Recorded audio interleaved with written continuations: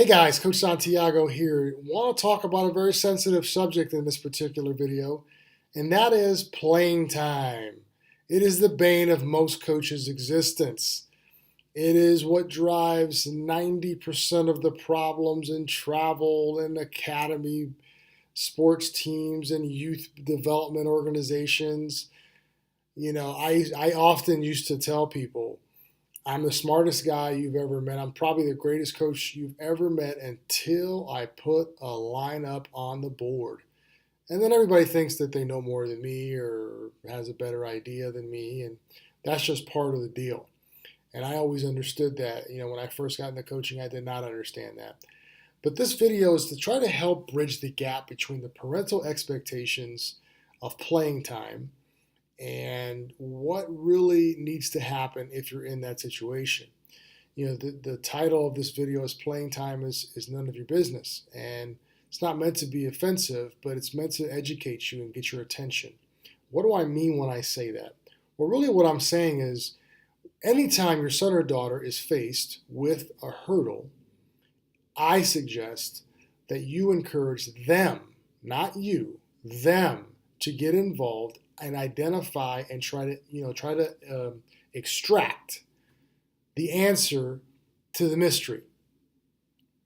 I was a baseball coach, and I had a lot of difficult conversations with parents. And I said, your son could have just come to me and asked me why he's not playing second base, and I would have told him what he needs to do to play second base.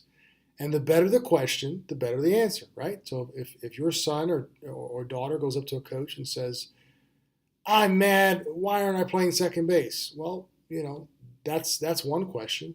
Or the other way you could ask that question is, what's it going to take, coach, for me to be the everyday second baseman on this team? Or the everyday shortstop, or the everyday quarterback, or the everyday point guard, whatever the case might be.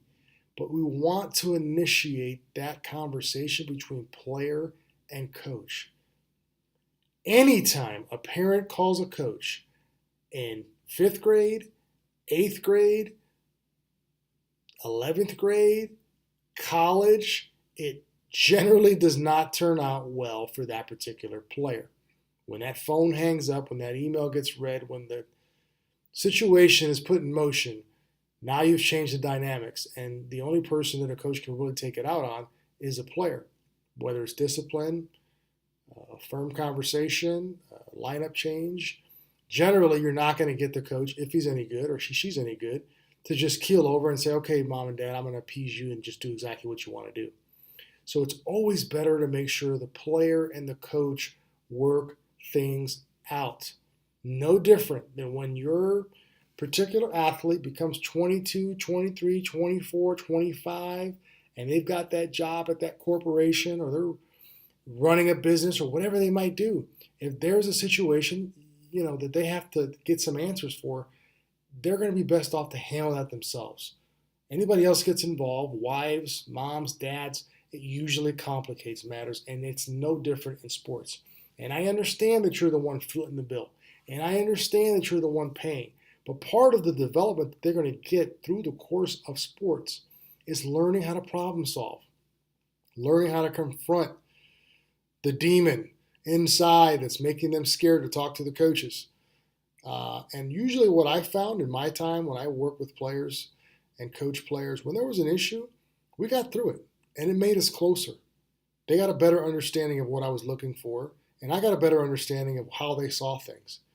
It helped the relationship tremendously. The last thing I'll mention on this particular subject matter is if your son or daughter's tried to do this, listen to what they're saying. Say, hey, tell me what you're going to tell him so that you can hear what they're saying. Because sometimes young athletes don't know how to communicate all the time. So listen to what they're saying. But if you feel that what they're saying is respectful, it's honorable, it's being handled professionally, and they've tried to make multiple efforts to contact and have a sit down with the coach to evaluate the situation, and the coach is just simply not responding, then at that point, I encourage you to get involved along with your son or daughter to navigate a solution to this particular problem. Because, as I always say, when I recruited players, a player who's not playing is not any fun for me. It's not any fun for the player, and it's not any fun for the parents. So Sometimes it's better just to kind of cut your ties and move forward.